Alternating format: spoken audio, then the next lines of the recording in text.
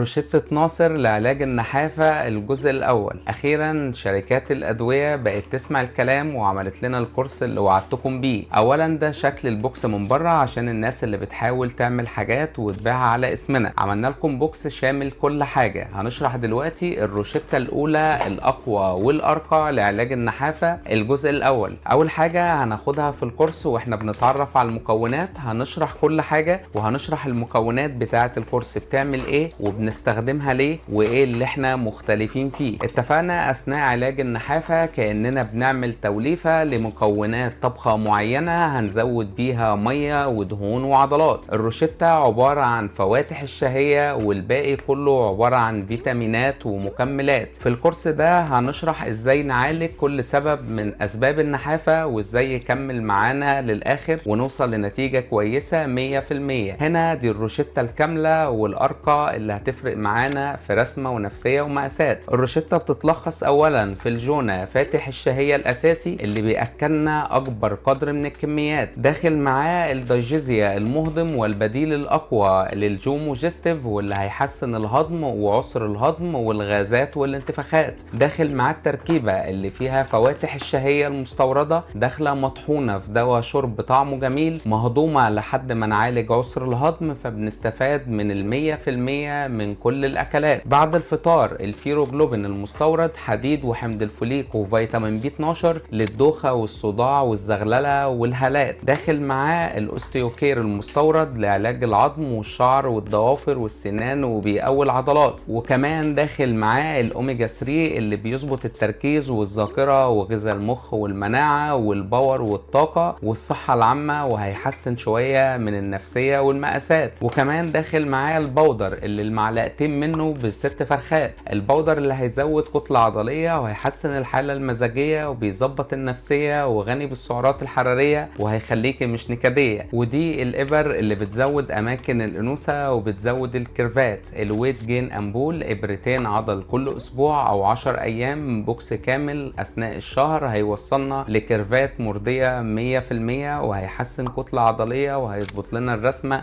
المثالية. ودي الجين تون أمبول اللي بتزود أماكن الأنوثة في التلت اللي فوق عن طريق إن هي بتكمل للجسم الفيتامينات اللي نقصت منه هنا فبدأ الجسم يخس من فوق. كل الإبر بتدينا النتيجة المرضية 100%، بس لازم جنب الكورس كامل ما ينفعش حتة منه. ده أول 30 يوم في روشتة ناصر الأقوى لعلاج النحافة اللي لازم معاها 3 لتر مية وحركة شوية وننام بدري ونشوف شمس ونظبط نفسية. هنا التغيير الحقيقي والأقوى والأرقى، وأنا مسؤول عن نتيجته. واشوفكم في فيديو جديد ومستني تطلبوا الاوردر في الكومنتات.